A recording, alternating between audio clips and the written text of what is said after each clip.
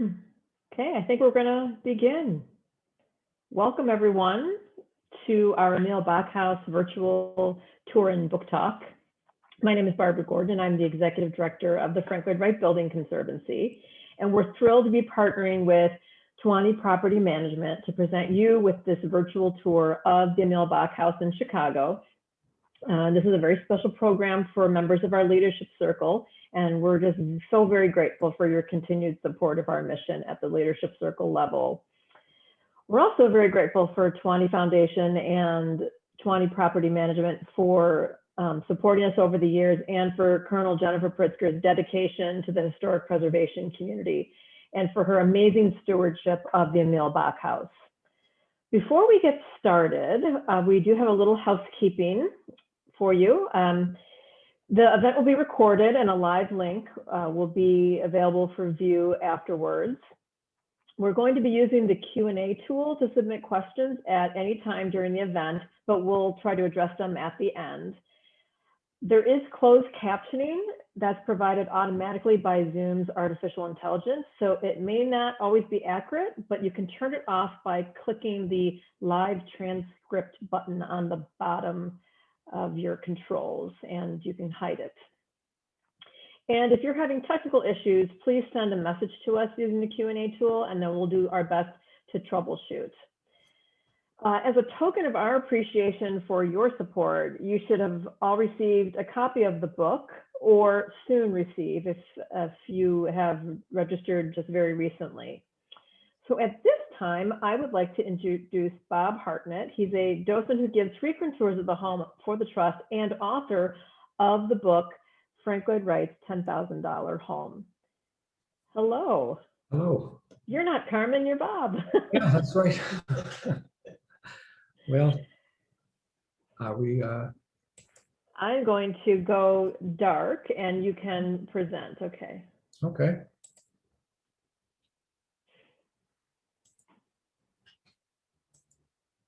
Well, hello, everyone.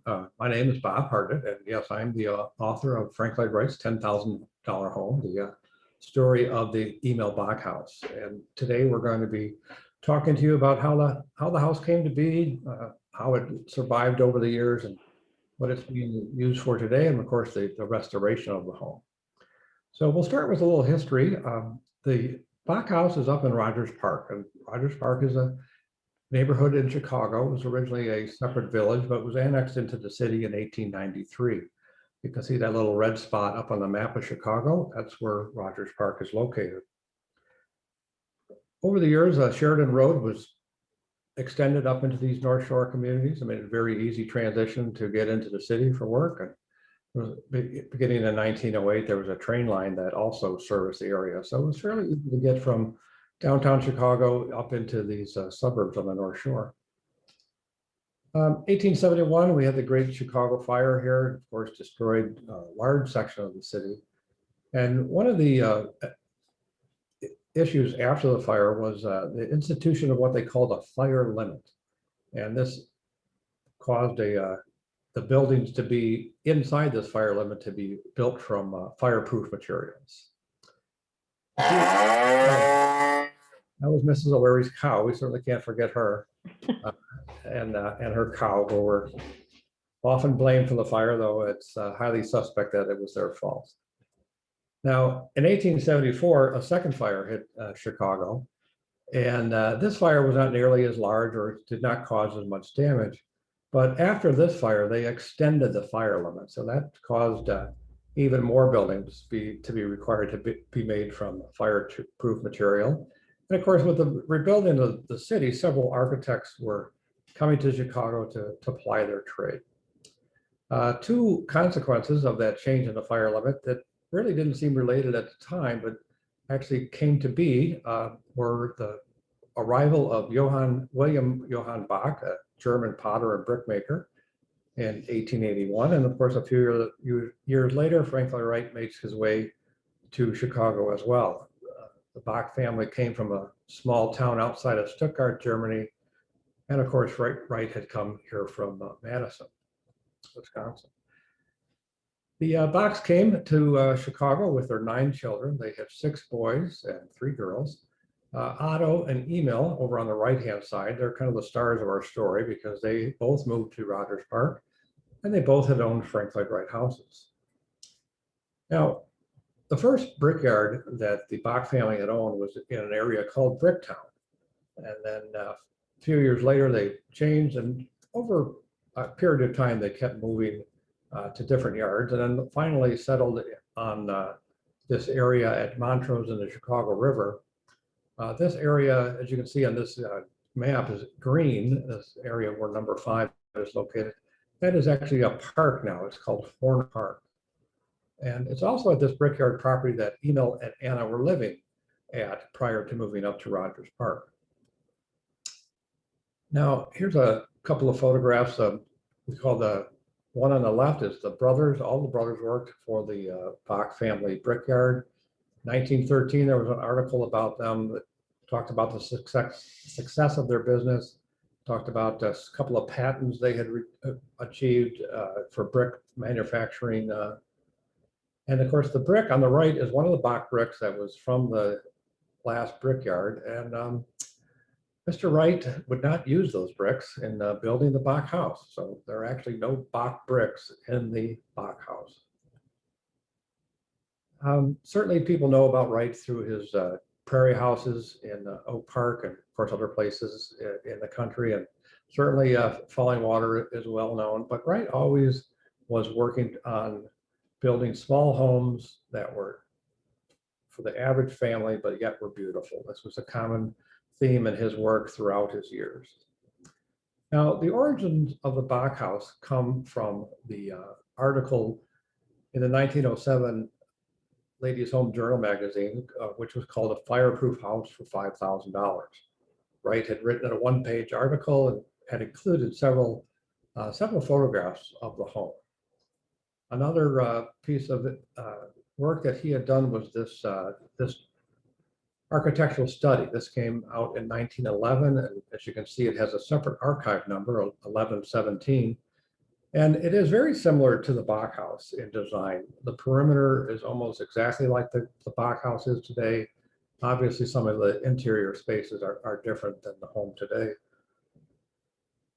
Now, how did the home end up in Rogers Park? Well, several people were moving up to the North Shore communities in the 1900s. At least I should say people that could afford to move out of the city and could afford the transportation to and from work. And 2 people that were moving up here were Otto Bach and his wife Louise. In 1912, they bought the Steffens house, which is a Frank Lloyd Wright house that had been designed in 1909, fully developed prairie style house, and they lived there until 1935. In 1935, Otto passed away. Louise stayed in the area, but she rented the home out to a restaurateur who called the restaurant the King Arms Restaurant, and that business was in the facility from 1935 to 1963. Now, there was another home up in the Rogers Park area. This is called the Horner House from 1908. And you can see this building, if you're familiar with Wright's work in Oak Park, is similar to the Laura Gale House. Unfortunately, this building was taken down in 1952. Now, before I show you the next picture, sometimes on a newscast, they'll say something like, well, the next picture is unsuitable for younger or more sensitive viewers. So I have to warn you, this is what the Steffens house looks like today. That's a nice big apartment building that took over the spot. Certainly nothing Frank Lloyd Wright would have designed. Now, the next couple of photographs, we're going to just compare and contrast a little bit. You'll see more of the Bach house later on in the program. But here you can see on the left, there is the ingle nook with the main dining room table that was originally designed by Wright. Several years later, somebody took the table out and replaced it with this breakfast bar.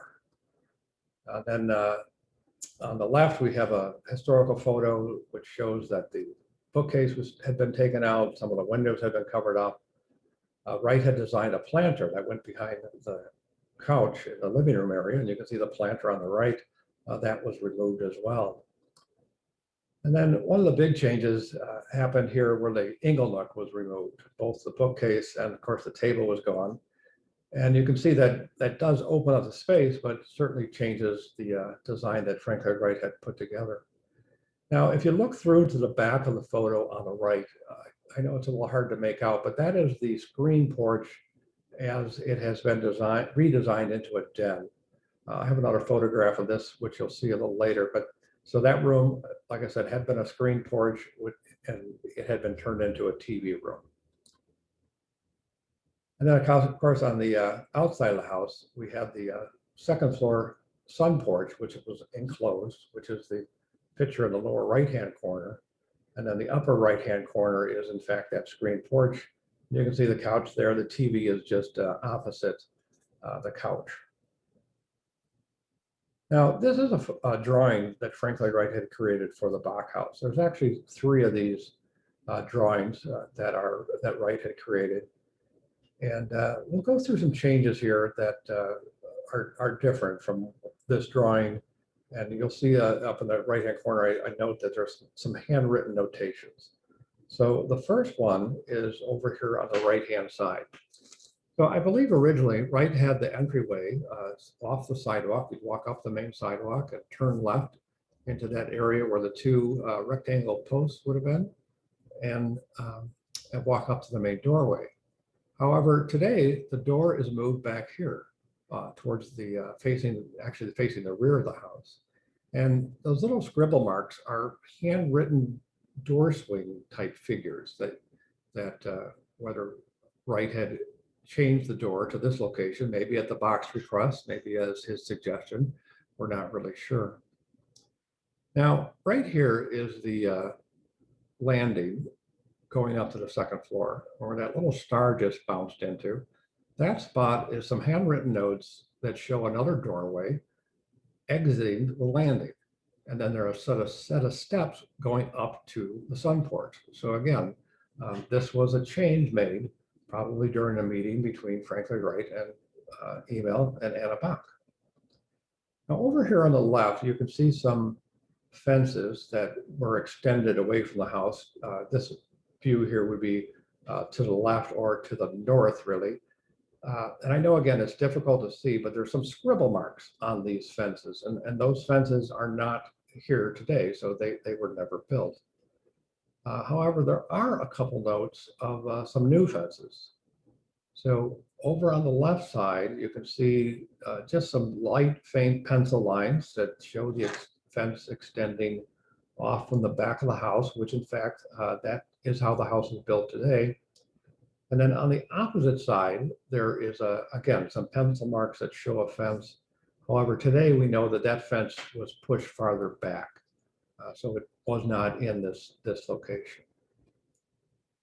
Now here, the ingle look has a different design as well. The orange material that you see is solid walls. And of course, today that is not a solid wall. It is where the bookcase and bench are. And then the area in front of the fireplace actually goes east and west rather than north and south.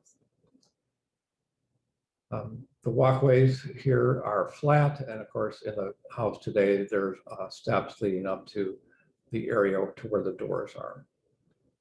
Now this little area up at the top, there were some marks here, and this could have been a exit from the screen porch, which is below the sun porch, or possibly a set of stairs leaving from the sun porch and going down into the yard. However, this item was never built, and it is difficult to tell what exactly that was supposed to be. So we do point the marks out, but again, we're not really sure what that was going to be.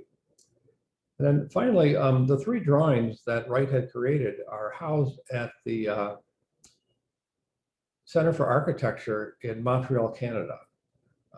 The 3 pieces were purchased by someone at the Prairie Avenue bookstore. Maybe some of you have heard of that store. It was in Chicago. It's closed now, but they purchased the drawings and then donated to the museum up there. The person, I guess, was a member of that museum. Now, the cost of the house is kind of an interesting story. The original price listed in this letter from John Lloyd Wright to Emil and Anna. Oh, here comes one of our ambulances, a common occurrence here at the Bach House, unfortunately. But the letter mentions that the price of the house is $9,026. Now, it's possible that the Bachs had not been happy about that price. So John is saying to them in the letter, well, you know, we can eliminate the garage, we can eliminate the fences. These are all things that could save money. In fact, he actually recommended eliminating the back porches, which would have been a shame if they decided to leave those out. Now, the second letter that we have, and these letters were donated to Jane Fear, who was an owner of the house, and we'll talk a little bit about her later on, by Owen Bach, Emil and Anna's grandson. Now, this letter from Frank Lloyd Wright, dated February 18th, 1915, and it was written to the Bach while Wright was in California. Well, here in this letter, the price of the house is actually $9,700. So it's gone up just over $600. But Wright's telling the Bachs he's got one of the best contractors on the North Shore ready to build their house. And he also mentions in the closing paragraph that, well, you know, if you want, I'll make you an entire set, a new set of drawings, and we'll just start over. Now, I don't know if Wright meant that as a threat or just as a suggestion, but keep in mind, the Bachs were living on the grounds of the brickyard. Probably not the most comfortable place to be raising a family. They had one young son at this time. Well, again, now this letter is undated, so we're not sure exactly how long after the second letter it comes out, but here Wright is telling the Bachs, well, you know, the house is actually going to cost $10,000. So it's gone up a couple of $100 from the second letter. But here Wright is telling the Bachs what a wonderful deal they're getting by the fact that he's included several pieces of built-in furniture. He's included a dining room table. He's included a set of dining room chairs. There are several bookcases. There's furniture in each of the bedroom that's built in. So he really is telling them that they're getting quite a deal, even though it is costing them $10,000. And here Wright mentions to them, well, remember, you said you were going to pay $8,000, you'd be willing to pay $8,000. So geez, $10,000 is not really a big change. So again, we don't know exactly when this letter was given to the Bachs, but in May of 1915, Emil and Frank Lloyd Wright agreed to a contract, and here the price is $10,650. So each time there's any documentation referring to the price of the house, it goes up. I don't know if this was the final price of what the house cost, but it is what the contract was set at. Now, the carpenter that built the house was a man named Henry Hulting. You could maybe notice his name was on the contract as well. And then the fellow below that, James Wigington, he was the excavation contractor. As you can see in the lower left-hand corner, the building permit was issued on June 12th, and it actually cost $2. Now, this photograph is from the blueprints for the home. The blueprints, I found a set of these blueprints at the Ryerson Library in Chicago at the Chicago's Art Institute. And you can see Henry Hulton has signed this particular copy, and Emil Bach signed them as well. And basically what the signatures mean is that Henry Hulton is saying, well, here I'm gonna build the building just like it says in the drawings. And Emil Bach, by his signature, is saying that, well, you know what, that's exactly what I want. I approve these drawings. Now, the two gentlemen have used their handwritten signatures here, but there's one more signature on the blueprint, and that is over on the left-hand side, that square mark. That is Frank Lloyd Wright's signature. Eventually, he would use a red square as his signature. Now, things were going pretty well for the Bachs and the Bach family. Their son Theodore went to the University of Illinois, and he met a woman there, and they decided to get married, and they got married on June 27th, 1929. Now, to be honest with you, the photograph here is just something I pulled off the internet. This one is not really from the Bach family. But what happens a few months later after the marriage? Well, things in America, across things throughout the world, changed quite a bit. Black Thursday rolls around on October 29th. The stock market is in trouble. And as you can see in Wall Street is in panic as stocks crash. Certainly a big change happens in the United States at that time. And I guess things weren't going very well for the Crown Prince of Italy, because somebody trying to murder him around the same time. What a shame. Now, this list, this list is the homeowners for the Bach House. So if you can imagine, 1934 is when the Bachs sold their house. We have the stock market crash and the depression of the early 30s settling in on America. You know, if you own a brickyard, there's not a lot of construction going on, you're falling on some hard times. So 1934, the Bach family has to liquidate and close their brickyard. And this is when Emil and Anna sell the house. Emil and Anna moved to California, where Anna's family was originally from. And Theodore and his wife moved to the city of Rockford, just west of Chicago. And that's where they raised their family. So over the next several years, there's 4 different owners, and not much changes in the house. However, the names that are highlighted in the middle of the screen there, James Blinder, the Blinder Building Corporation, and Frank Miller, all have a part in changing the house significantly. And then, as you see the names on the bottom that are highlighted, Jane Fear and Tawny Enterprises, of course, those are the folks that helped restore the house.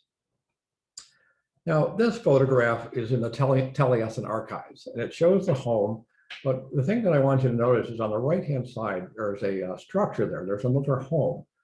And then in this photograph, we see the Bach House to the left and the vacant lot to the right. And now this photo is from 1983. So James Blinder took over ownership in 1959, and he starts doing some repairs to the home. He actually makes some modifications to the house. He completes electrical repairs, HVAC repairs, and of course, the ever-present roof leaks. There were some roof leaks in the home. I had a chance to interview Mr. Blinder while working on the book. He still lives in Chicago. And he told me that when he bought the house and was dealing with the roof leaks, he actually called Taliesin, I'm assuming Taliesin West, and talked to Mr. Wright about the roof leaks. And of course, Wright told him in his deadpan response, well, put a bucket there. So that's how Mr. Wright suggested he take care of the roof leaks. Now, after Mr. Blinder owned the home, the Blinder Building Corporation held the house mortgage for a short time. But another thing that the building company had done is purchased the house next door to the Bach House and actually had it taken down. So here the Bach House has a really wide yard space, very uncommon in this urban setting that the house is in. In fact, you can see all the apartment complex that are surrounding the Bach House. To the left of the Bach House is a single family home, and across the street there are several single family homes. But on the same side as the Bach House, there are several apartment buildings.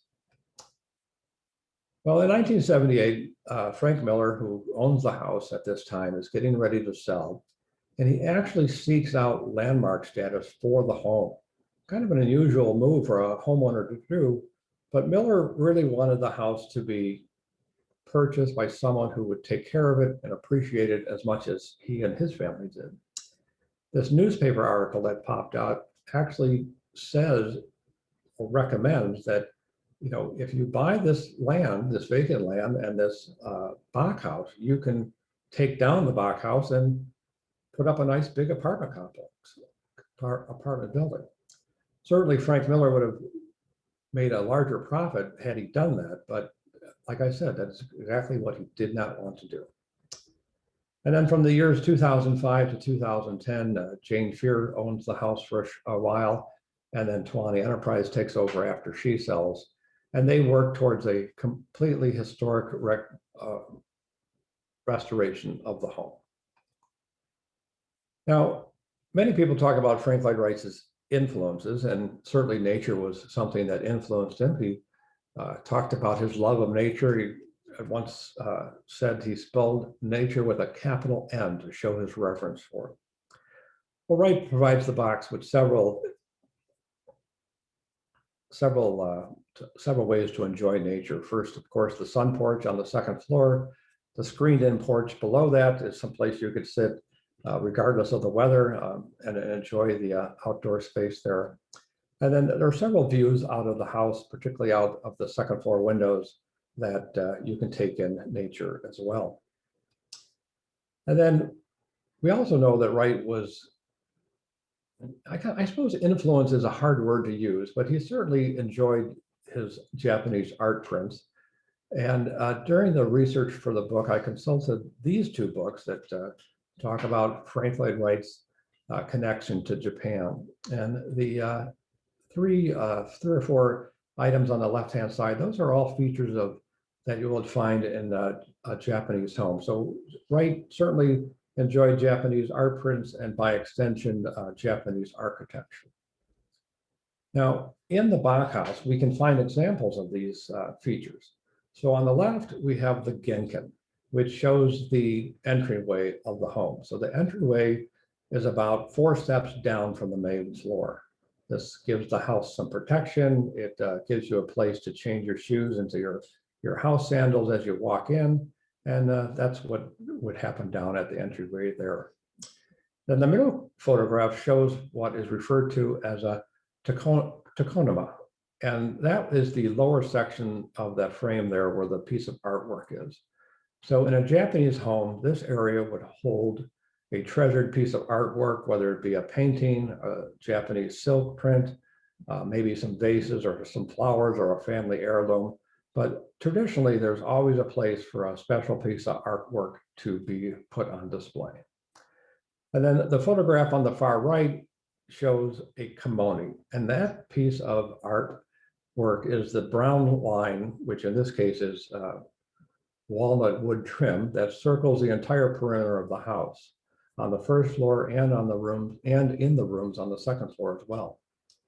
So below that wood trim line is yellow paint. In fact, Wright called it sunshine yellow. He had it specifically mixed for this house. And that yellow paint is used on the first floor and the second floor. And then above the wood trim is unpainted plaster, which is on the wall and on the ceiling.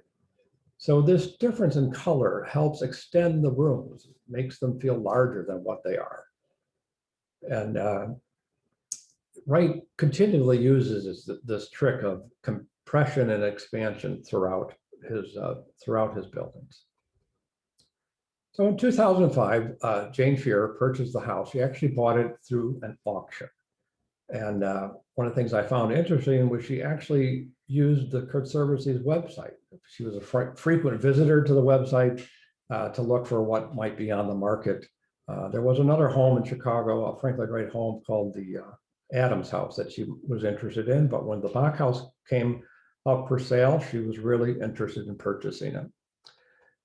I'm not sure what the final price was, but according to the auction manager, the house sold for well in excess of the $750,000 starting price. Now, these photographs are from when Jane Fear first purchased the house. The left side, you can see that the angle look is gone. There is a table, which you can see on the right hand photograph. That is not the original table. That table has been redone.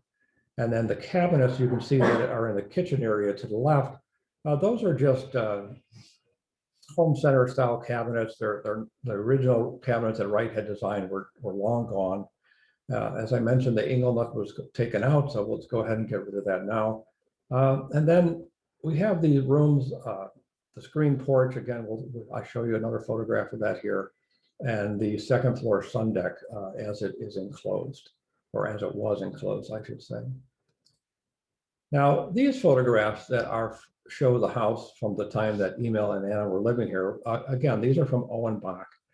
And the architects who were doing the restoration really enjoyed seeing these photographs. They knew where the pieces of furniture were from the building plans, the blueprints that they had received from Taliesin. But with these photographs, they could really pinpoint where the furniture was to be placed. So there were a couple of photographs that they were able to use. Now, during the phase one reconstruction, Jane Fear decided to add a building to the property. Now, today we call this the Japanese tea house, but originally it was a spa. There was a swimming pool here and a couple of changing rooms.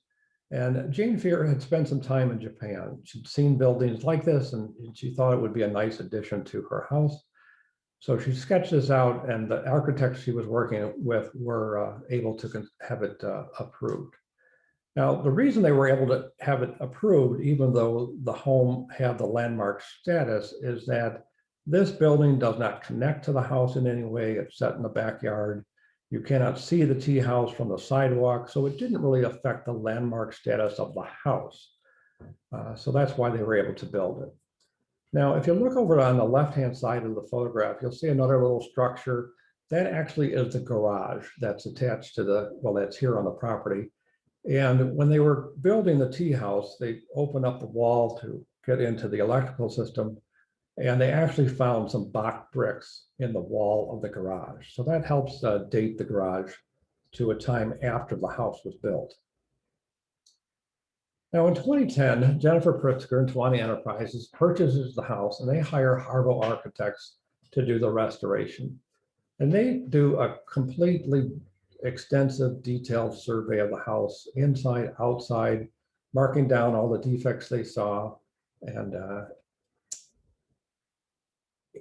here you can see a couple samples of some bricks. They really tried to work hard to get the bricks, any replacement bricks, to match the original bricks. And then in the right-hand photograph, you can see the plaster that has been opened up. You see the drywall that has been opened up. At one point, one of the homeowners took all the plaster out and replaced it with drywall. And if you have a Wright home from this time period, you know that Wright used what they refer to as sand float finish for the plaster. A mixture of sand and even horsehair or goat hair, if you have a goat nearby, to create the finish. Now, when Peter Dahlberg was doing the paint analysis work for Jane Fear, he said he spent about $250 on that work. Harbo Architects spent about $2,500. Now, I don't know if those numbers are exactly correct, but it shows you the difference in level of analysis that the Harbo company had completed. Oops, I'm sorry. I'm going to show you a little video here. The restoration work was so extensive, for me to go through 20 or 30 photographs of what had been done would be probably be a little boring. So I'm going to show you a little video here, and it really shows you what the house went through. So here we go.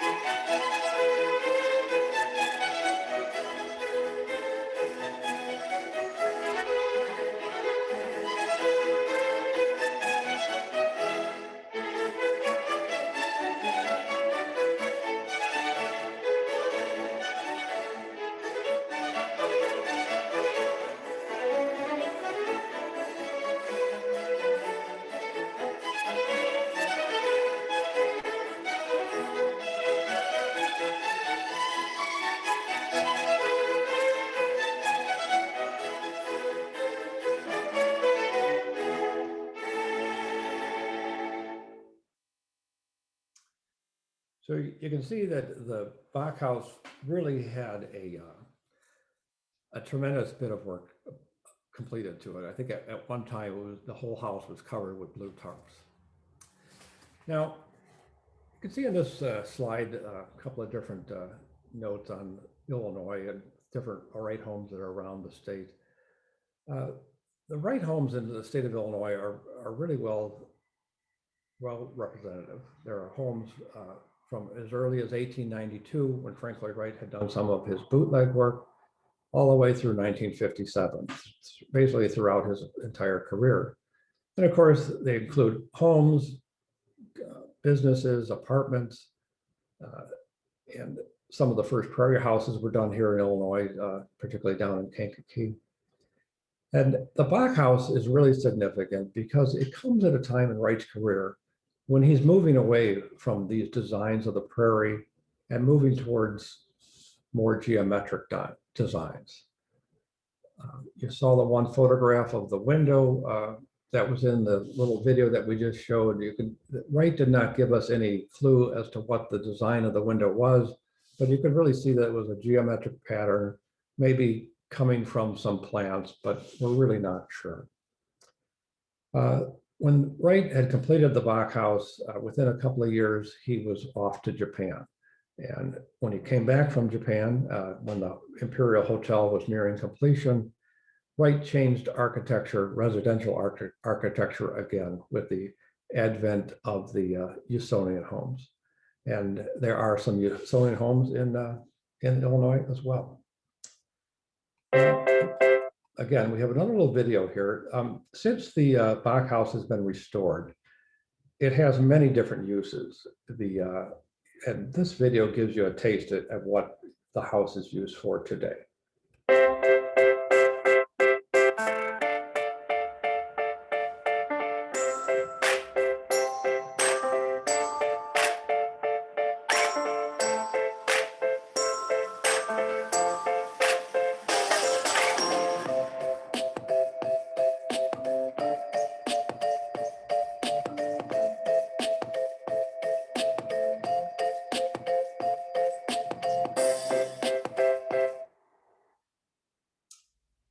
So as you can see in the video, that you can have your wedding here, you can have any kind of a party, whether it be a graduation party, a family reunion. You can also use the house for corporate retreats or corporate events as well. And of course, there are tours offered through the Frank Lloyd Wright Trust here at the Bach House. Now, in just a couple of minutes, you're going to be taking a tour yourselves, a virtual tour such as it is. And your tour guide is going to be a man named Bill Kunder. Bill is in this photograph, in the center of the photograph there. Bill has been a docent at the Frank Lloyd Wright Trust for over 11 years, and he has a wealth of knowledge about the Bach House. So I'm sure he's looking forward to sharing that work, sharing his knowledge with you. So two other things I'd like to say. Some of the things that Bill says may have been different than some of the things I have just said. Whatever you hear, just remember, Bill is always correct. The other thing I'd like to remind you of, there is a Q&A feature on your Zoom today. If you have any questions about anything I've gone over or anything you see in the video or Bill's tour, please be sure to send those in to us. So I'd like to thank you, and I hope you enjoyed my little presentation, and we'll just take a break here and start that tour in just a minute.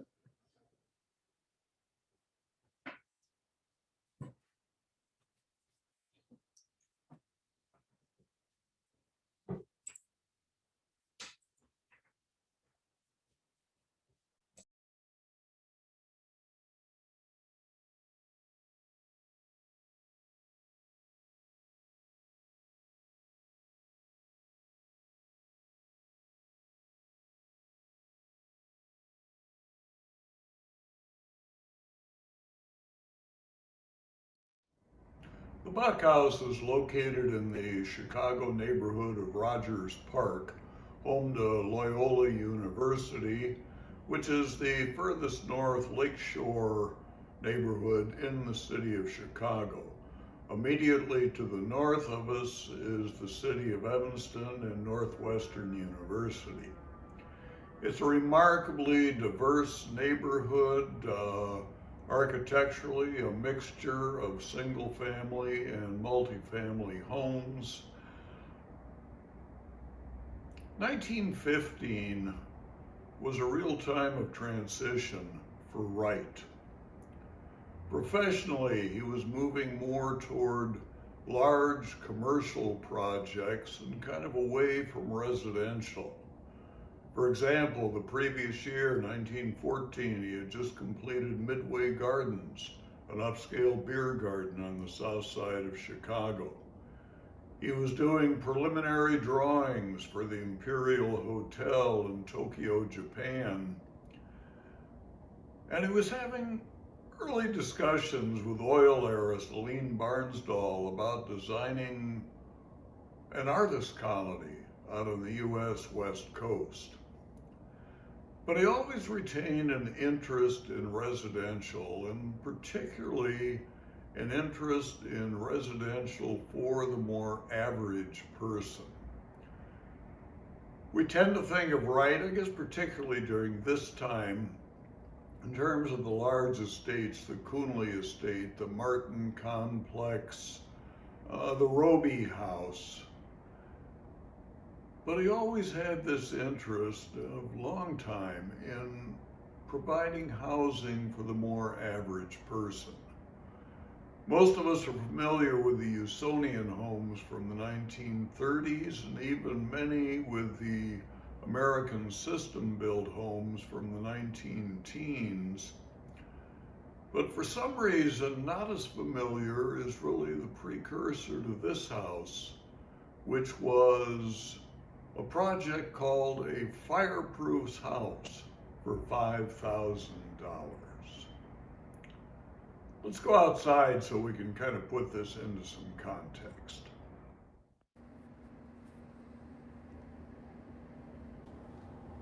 The Fireproof House was a project published in the April 1907 issue of the Ladies' Home Journal. Basically a relatively small, roughly 1,700 square feet cubic home. This particular project was never realized, but the plan was so efficient that many derivations of the plan were produced, not only by Wright, but also by other Prairie School architects. And obviously, one of those derivations is the Emil Bach House. 1915, stylistically, was also a time of change for Wright. He'd been doing Prairie for 15 years, and I think he was tired of it, but I don't believe he had a clear idea of where he wanted to go. So he's experimenting, and we're seeing that experimentation here. This is the first home we're aware of where there's a different stylistic treatment on the first floor than there is on the second floor. The first floor, with its deep-set windows and broad corner piers, is almost fortress-like. Reason being privacy. Remember, the Sheridan Road that we're on is a very busy street even then. But on the second floor, because of the sight lines where there's more privacy, he becomes more exuberant with ribbon windows in the bedrooms cantilevered out over the first floor. Also, even though the first floor of the house is basically cubic, there's an element of horizontality introduced by the broad roof overhangs and the plant trellis. The other thing, of course, which you've noticed is the front door is not where you'd expect it to be. You'd expect it to be in the middle of the front. It's not. So let's go on our path of discovery to see if we can find the front door.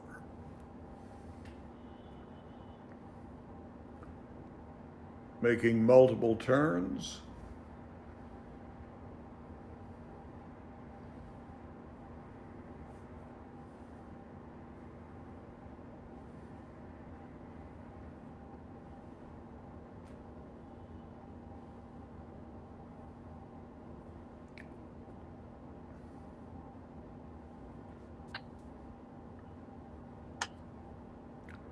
And here's the front door facing the back of the house.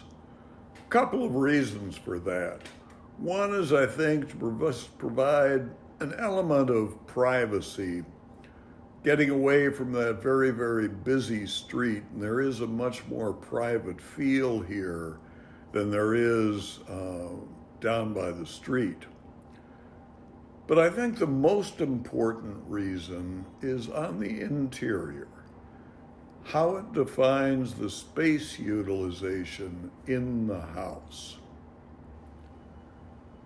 So let's go inside now so we can discuss that further.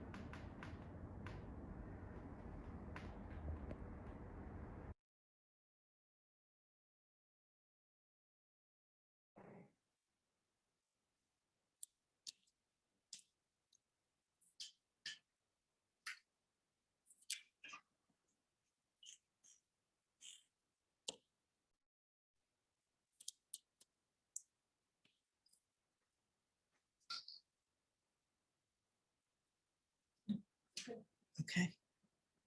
Wright was trying to bring about a revolution in architecture, and I think he succeeded, but I believe all too often we focus on the exterior of the homes and the revolution there, and don't spend as much time as we should on where I believe the real revolution was, which was on the interior of the home, how the home lived. He was trying to get away from the Victorian small rooms, each with a door in between, into a flow of space and openness.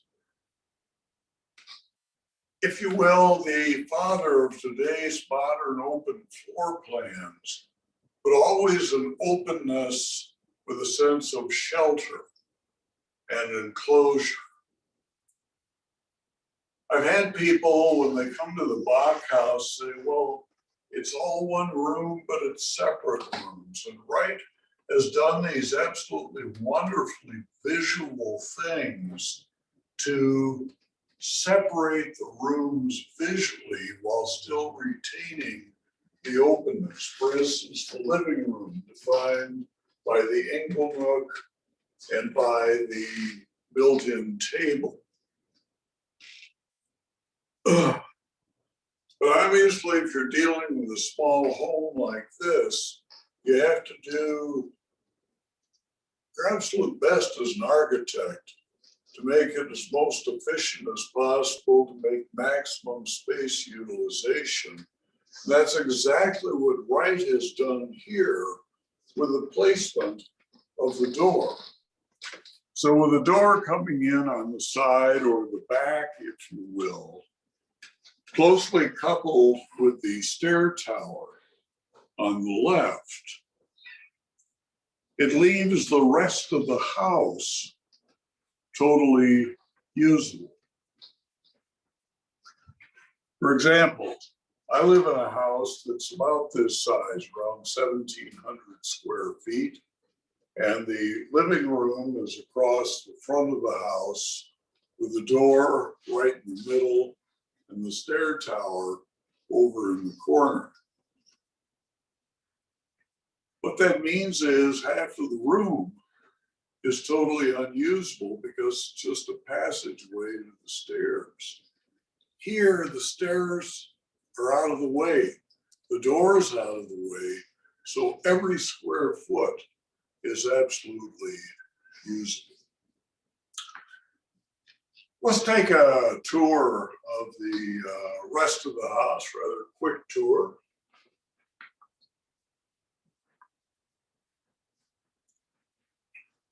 We're heading toward the kitchen now. Kitchen, as you can see, is certainly not original. It's been remodeled, updated, but it is the original footprint, and the cabinetry, the woodwork, is consistent with the woodwork and the rest of the Bach House.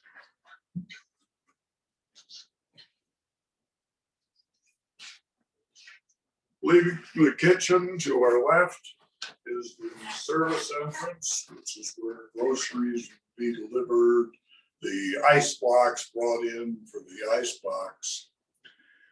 And before we go upstairs, I'd just like to sort of complete our circle here, because you'll notice that right hand is circular floor plan, which means that there are no dead ends here on the first floor. So let's go upstairs now.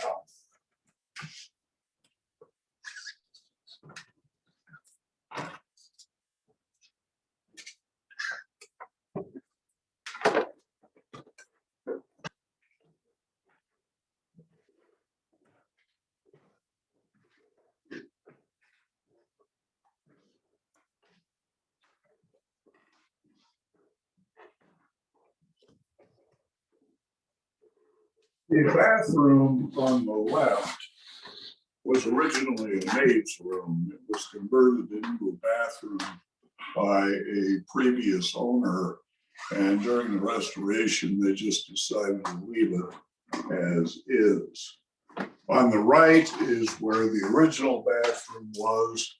It's done appropriate to the period, but it's not original. Let's take a look now in one of the bedrooms.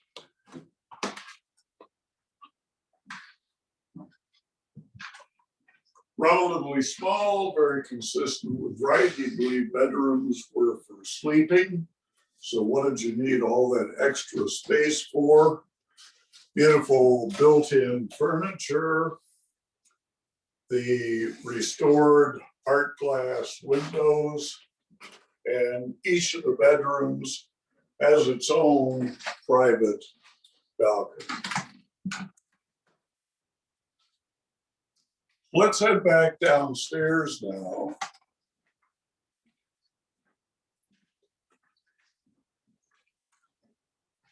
Before we do, take a brief pause. Look out at this window over the door up to the veranda. You can still see just a little bit of the lake. But when the Bachs lived here for about 10 years, they had an unlimited view of Lake Michigan. The apartment buildings that you see were basically from the 1920s. And back down to the living room now.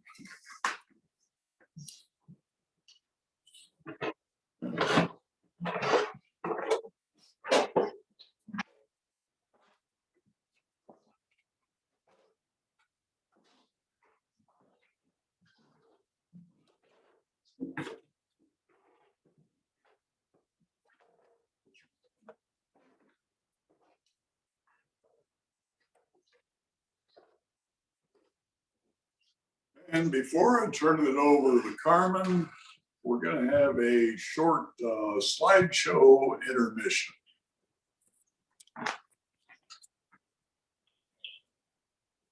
We're going to be moving from the past to the present, showing some historic images as well as photos of how the house is used today. And then afterwards, in a moment, we're going to hear from Carmen Korleski about how the house is operated. This is a reminder to put your questions in the Q&A, and I see there are a number in here, and we'll have time for audience questions soon.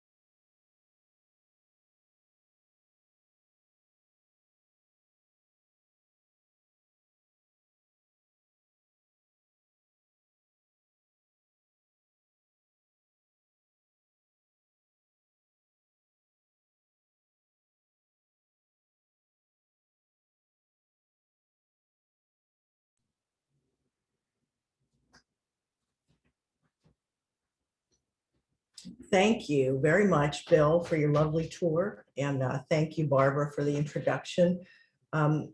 As you know, I work for Tawani Enterprises as manager of the house and director of the hospitality program for the company. My work with Emil Bach House includes property management, budgeting, and strategy for revenue streams to support the house, and reservations and event management. Since the restoration of the home was completed by the company, it has been available as a vacation rental with the idea that Lloyd Wright fans can rent the entire home and experience it as a home, even if just for a little while. We've learned a lot in these 7 years or so, and the business has evolved and changed as we learn what has worked and as we found our market. Changes we've made in the last 2 years have included reducing the rate for overnight stays so that it is more affordable for families, friends, and Wright fans to stay in the home, which sleeps up to 6 people. We implemented a 3-night minimum, so while the rates are lower, we assure a long enough stay to cover the cost of housekeeping before and after the stays. This year, we are also implementing a 2-night minimum just for the summer months. We have so many weddings this year that it made sense to us to try to pick up some midweek business. We also implemented a sliding scale of discounting so that the longer the stay, the deeper the discount. We've picked up a healthy number of reservations for long weekends and 7-night stays from both fans and architecture lovers. And we've hosted a fair number of parents and families of students from Loyola and Northwestern universities nearby. We get a good number of domestic as well as international travelers who are coming to Chicago and choose to stay with us. 2 years ago, we made the decision to list the home on Airbnb after a great deal of research before doing so. I was very reluctant to go this route, but we learned that we could control the parameters of the listing sufficiently so that our own house policies would be part of the listing. We did not want to change our operations in any way that would compromise the home. At the end of the day, Airbnb has been very successful for us as a booking engine, and we've tweaked it over time to work for us in a way that brings us good bookings and respectful guests. You do have to manage the listing pretty closely and vet the bookings, but we were doing that already for other booking platforms. Before last year, we started a contactless check-in system at the home so that guests could check in after hours without needing staff present. When the pandemic changed everything last year, we found that this feature turned into our #1 amenity for guests and really was responsible for the business that we did get once we opened back up in the fall with precautions and protections. This feature continues to be one of the most important features for visitors contemplating a stay with us, and it's the #1 amenity that people are looking at right now with vacation rentals. It's important to note here that we confidently offered this service because our property management office is just a block away from Emil Bach House, and we do have outdoor cameras around the house as well. So as you saw from the slideshow a few minutes ago, we also hold events, and we developed a pricing structure for our events that combines lodging with event space. This has been very successful for us as couples enjoy the house, the expansive grounds, and including the tea house and a seasonal tent outside for their celebrations. If you have been to Emil Bach House, you also know that we own Lang House next door, which is an elongated American 4-square prairie style home built in 1919 and designed by Edgar Newman of the Prairie School. Most of our wedding couples rent both houses, and their wedding party or their families stay in the homes for the weekend while they celebrate. We continue to hold tours at the house, and we work closely with the Lloyd Wright Trust to schedule docents and to work around our bookings calendar. Tours have had to change too in the last year. Before the pandemic, we held regular tour days, and the house was open with docents and trust staff on site. You could buy tickets or just come that day. Now we sell tickets in advance only, and we limit tours to 6 people per tour.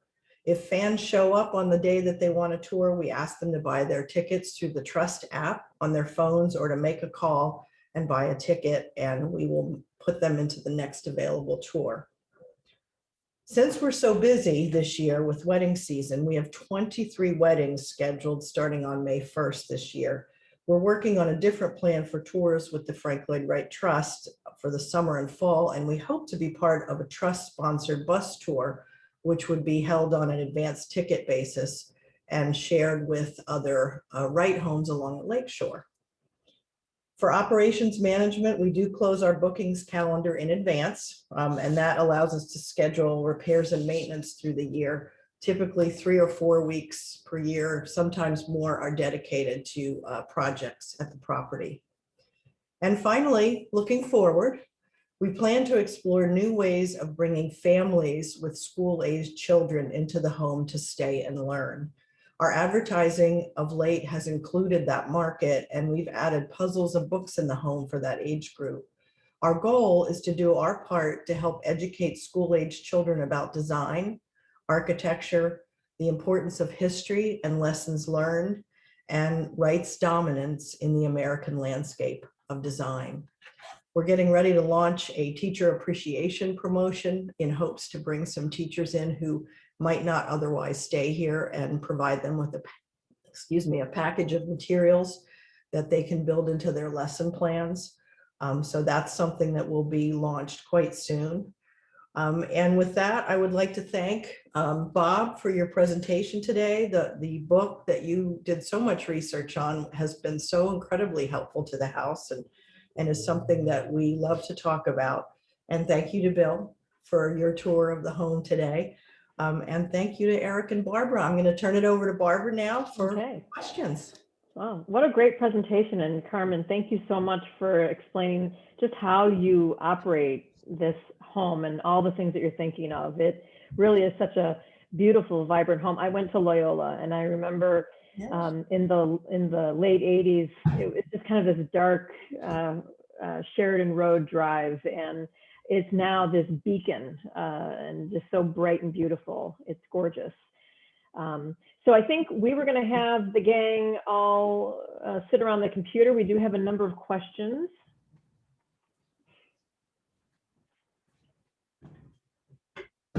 Okay, very good. All right, you were also wonderful. Let me start with one of the first questions. The date that the restoration that Gunny Harbo did, what's the date that it approximates to? Is that 1915? Yes. Okay. All right. And did Bach try to get his bricks used? Do you have, what's the conversation around that with Wright? We don't know. You know, Owen Bach was our main contact to the family, and he actually had never met his grandparents. They passed away before he was born, and so those type of conversations we don't have access to. Okay. Okay. Good. All right. Let's see. And okay. Another question is. I'm sorry. I'm trying to read these here. So Steve Sikora, who is the owner of the Willie House in Minnesota, has done some interesting studies using 3D modeling to discover some relationship connections in and out of his home. Have you done anything like that? Not to my knowledge. I don't believe. Okay. No. Okay. Okay. Was there a garage in Wright's plans? It was noted in a letter from John Wright, but I never saw it on the actual blueprints. The set of blueprints I was able to look at were in the Ryerson Library, and they may not have been complete, a full set. So I didn't see those on the plans, but obviously there was one built later. Okay. There's a question. I'm trying to. The question is, has the original furniture and fixtures been located? So do we know where they are? They have some idea where the windows are. There were 6 more detailed art glass windows, and we have a location of at least 3 of them, and an idea where 2 more are, or excuse me, a 4th one. The physical furniture that's in the house now has all been reproduced from the plans that they were able to get, but the original furniture is not known where it is. No. we really don't know what the original freestanding furniture was. The built-in furniture that was ripped out has been recreated in accordance with the original plans. Okay. And then related to the furniture question was an email that was sent to us earlier that it appears that the Bach House dining chairs were the model for the chairs executed for the Sherman Booth House in Glencoe. Was the Bach House first? And if so, what are the differences between the two sets of chairs? I don't know if anyone can answer that. Yeah, I did some research on that, and I think it's the opposite. I think the Booth House chairs might have been done first. And I wanted to try to physically bring them together. There's a Booth House chair at the Chicago History Museum.